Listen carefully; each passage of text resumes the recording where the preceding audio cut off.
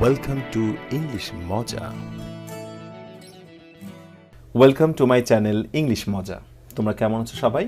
আশা করি অনেক ভালো আছো, অনেক সুস্থ এবং সুন্দর আছো। আজকে আমি তোমাদের জন্য নিয়ে এসেছি সিম্পল কমপ্লেক্স কম্পাউন্ডের আলোচনা এবং সেটি হচ্ছে পার্ট 2। আমি ইতিমধ্যে পার্ট 1 এর আলোচনাটি করে ফেলেছি। তোমরা যারা করে ফেলেছো ওয়েলকাম, আর যারা করোনি তাদের জন্য তাদের সুবিধার্থে আমি ডান পাশে আই বাটনের লিঙ্কটি দিয়ে দিচ্ছি, সেখান থেকে তোমরা ক্লাসটি করে আসো এবং তারপর পার্ট 2টি শুরু করো। তাহলে তোমাদের জন্য বুঝতে সুবিধা হবে এবং আমার কথাটাও তোমরা দ্রুত ক্যাচ করতে পারবে, ধরতে পারবে। হ্যাঁ, তোমরা তো অবশ্যই জানো এটি হচ্ছে ট্রান্সফরমেশন অফ সেন্টেন্সের একটি পার্ট, সিম্পল কমপ্লেক্স কম্পাউন্ড। তো চলো আজকে আমরা পার্ট 2 শুরু করি। আচ্ছা, ফার্স্টে আমি বলে রাখি পার্ট 2 আমি মূলত আজকে পার্ট 2তে 4টি রুল দেব। একটা হচ্ছে ইফ প্লাস অ্যাফার্মেটিভ, আরেকটা দেব হচ্ছে ইফ প্লাস নেগেটিভ, আরেকটি জিনিস শেখাবো সেটি হচ্ছে সো দ্যাটের ব্যবহার, এবং আরেকটি শেখাবো সো ডট ডট দ্যাট। এই 4টি রুল দিয়ে মূলত আমার আজকের আলোচনাটি সাজানো হয়েছে। তো চলো শুরুতে আমরা শুরু করি রুল 4, ইফ প্লাস অ্যাফার্মেটিভ। তো এটা রুল 4, আর রুল 1, 2, 3 রয়েছে হচ্ছে পার্ট 1-এ, সেটা তোমরা ক্লাসটা করে ফেলো।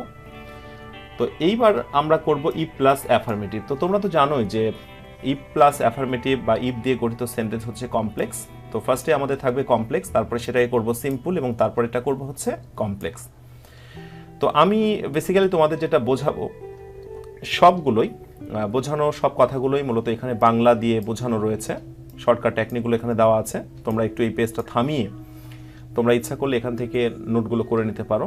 তো চলো আমরা দেখি যে ইফ প্লাস অ্যাফার্মেটিভ বাক্য কিভাবে সিম্পল এবং কম্পাউন্ড করতে হয়। এই যে if plus affirmative, if you work hard you can succeed in life. Okay, তো আমরা কি করব, শুরুতেই নেব হচ্ছে বাই, নিয়ে প্রথম সেন্টেন্সে ভার্বের সঙ্গে আইএনজি করে বাকি অংশ। আর কম্পাউন্ডের সময় কি করব, এই যে দেখো ওয়ার্ক হার্ড, হ্যাঁ ওয়ার্ক হার্ড নিয়েছি, তারপরে কমা তুলে অ্যান্ড নিয়েছি, তারপরে সাকসিড ইন লাইফ, হ্যাঁ সাকসিড ইন লাইফ নিয়েছি। তো অনেকেরই প্রশ্ন আসতে পারে যে স্যার ইউ ক্যান এটা কোথায় গেল। তো বেসিক্যালি এটা না দিলেও হয়। তো তুমি যদি দিতে চাও প্রথম সেন্টেন্সে তোমাকে ইউ ওয়ার্ক ইউটা ব্যবহার করতে পারবে, এরপরে ভার্ব, তারপরে বাকি অংশ অ্যান্ড, আর পরবর্তীতে এই যে ক্যান থেকে শুরু করে বাকিটুকু তোমাকে দিতে হবে। তো সহজ করে তোমরা এটাই মনে রাখবে, work hard and succeed in life, এটাই বেটার হতে পারে তোমাদের জন্য। আচ্ছা, এটা কিভাবে হলো, এটা শর্টকাটটা তোমাদের আমি ডান পাশে দিয়ে দিচ্ছি। দেখো শর্টকাটটি হচ্ছে ইফ প্লাস অ্যাফার্মেটিভ হলে বা is equal to simple by plus verb plus ING dot dot, আর কম্পাউন্ডের ক্ষেত্রে dot dot and dot dot, প্রথমে একটা সেন্টেন্স, তারপরের সেন্টেন্সটি, আর মাঝখানে দিচ্ছি অ্যান্ড। শর্টকাট আসলে শর্টকাটের মতোই হবে, ছোট হবে, তোমরা এটা তুলে নেবে এবং শর্টকাটটা দেখে সেন্টেন্সটা মনে করার চেষ্টা করবে। আচ্ছা, ইফ প্লাস অ্যাফার্মেটিভের এই রুলটি আমার শেখানো শেষে তোমাদের একটা টেস্ট দেওয়া হয়েছে, তোমরা টেস্টটা করে ফেলবে, একটু থামিয়ে তোমরা টেস্টটা করে ফেলবে এবং সব শেষে এটা তোমরা আনসার পাবে। তো চলো আমরা এবার রুল 5 দেখি। রুল 5 হচ্ছে if plus negative. If plus negative সেটা হচ্ছে কমপ্লেক্স, তার সিম্পল এবং হচ্ছে কম্পাউন্ড কি হবে চলো একটু দেখে নিই। If you don't study more, যদি তুমি না পড়ো অনেক বেশি, ইউ উইল নট পাস, তুমি পাস করতে পারবে না। তো এক্ষেত্রে দেখো ইফের পরে যদি নেগেটিভ সেন্টেন্স থাকে আমরা শুরুতে নেব হচ্ছে উইদাউট। ওকে, সো একটু তোমাদের আমি ফ্ল্যাশ ব্যাকে নিয়ে যাই, একটু পেছনে নিয়ে যাই। মনে করে দেখো আমি রুল 4 যখন পড়ালাম তখন বলেছিলাম যে ইফ প্লাস যদি অ্যাফার্মেটিভ হয় তাহলে কিন্তু আমরা এই জায়গাটা নিয়েছিলাম বাই, আর ইফ প্লাস যখন নেগেটিভ হয়েছে এখানে কিন্তু প্রিপোজিশন নিয়েছি উইদাউট। সো এখান থেকে একটা বিষয় প্রমাণিত যে বাই এর বিপরীত শব্দ বা বিপরীত প্রিপোজিশন হচ্ছে উইদাউট। এটা তোমরা একটু মনে রেখো সবাই, যে বাই এর বিপরীত বা এন্টোনিম প্রিপোজিশনটা হচ্ছে উইদাউট। আচ্ছা, ইফ প্লাস নেগেটিভ হলে আমরা শুরুতে নেব উইদাউট, এরপরে ওই সেন্টেন্সে যে ভার্ব রয়েছে সেই ভার্বের সঙ্গে আইএনজি করে দেব, দিয়ে বাকি অংশ দিয়ে দেব।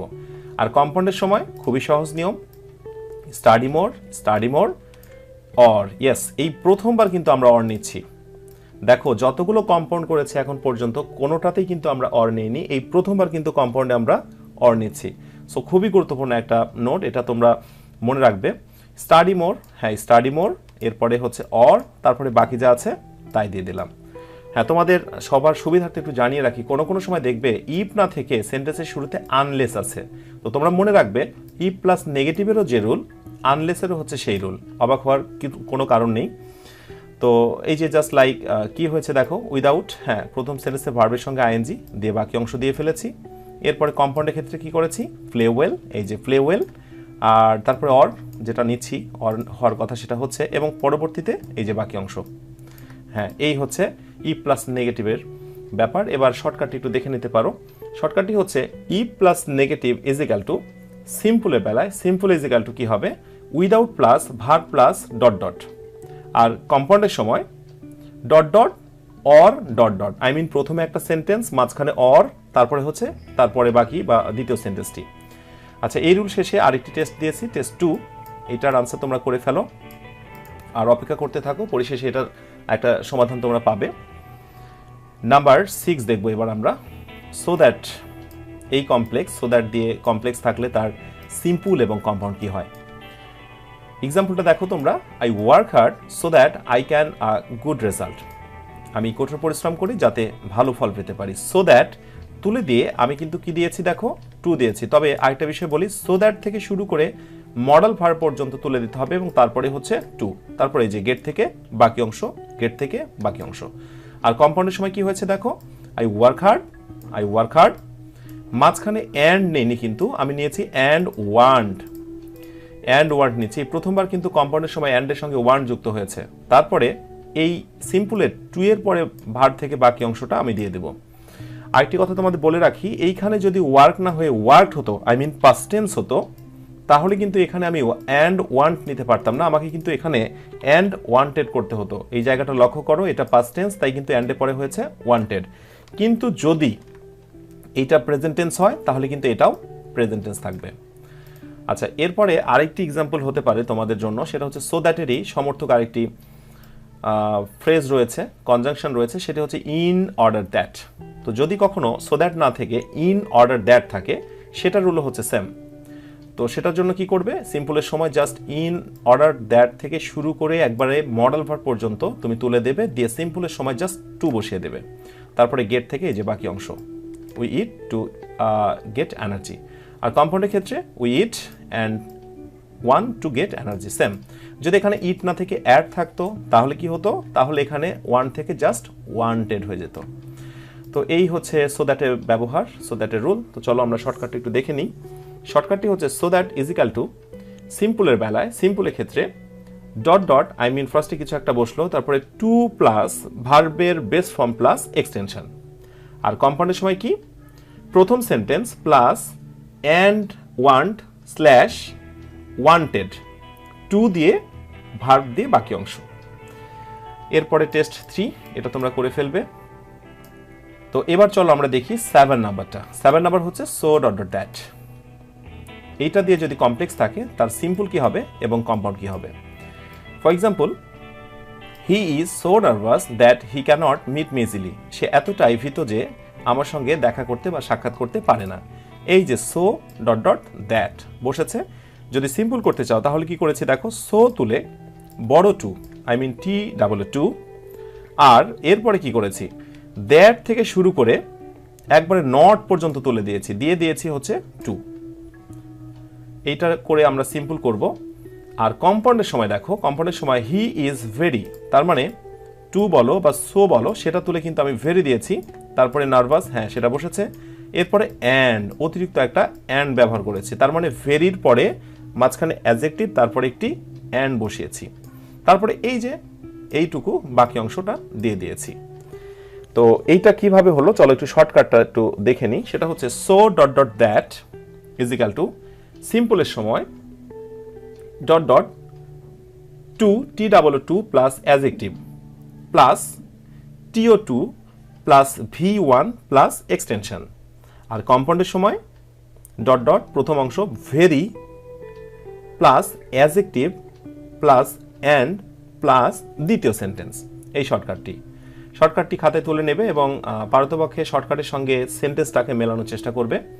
তো এই ছিল সো ডট ডট দ্যাটের ব্যবহার। এরপরে একটি টেস্ট, এই টেস্টটি তোমরা করে ফেলো। অ্যান্ড আই হোপ তোমরা ইতিমধ্যে টেস্ট 1, 2, 3 এবং 4 চারটা টেস্টই তোমরা করে ফেলেছো।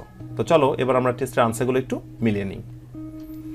আচ্ছা এই হচ্ছে চারটি টেস্টের আনসার। ফার্স্ট নাম্বারটা হচ্ছে এইরকম ছিল যে if you read more you learn more, এটাকে করতে বলা ছিল make it simple and compound. এটা সিম্পল হচ্ছে বাই দিয়ে। কেন? দেখো ই প্লাস অ্যাফার্মেটিভ বাক্য, এটা তো কমপ্লেক্স, এটাকে যদি সিম্পল করতে চাই তো আমাকে শুরুটা কি দিয়ে করতে হবে? বাই দিয়ে। হ্যাঁ, বাই রিডিং মোর, এই যে বাই ভার্বের সঙ্গে আইএনজি, তারপরে বাকি অংশ যা আছে তাই। আর কম্পাউন্ডের সময় কি করতে হবে? অ্যান্ড নিয়ে আসতে হবে। শর্টকাটে বলবো read more and learn more, এই যে লার্ন মোর। যারা করতে পেরেছো কনগ্রাচুলেশন। এইবার টেস্ট 2 দেখো। টেস্ট 2 হচ্ছে if you don't eat a balance diet you can't win the game. এটাকে সিম্পল এবং কম্পাউন্ড করতে বলা ছিল। সিম্পলের সময় আমরা উইদাউট নিচ্ছি। কেন?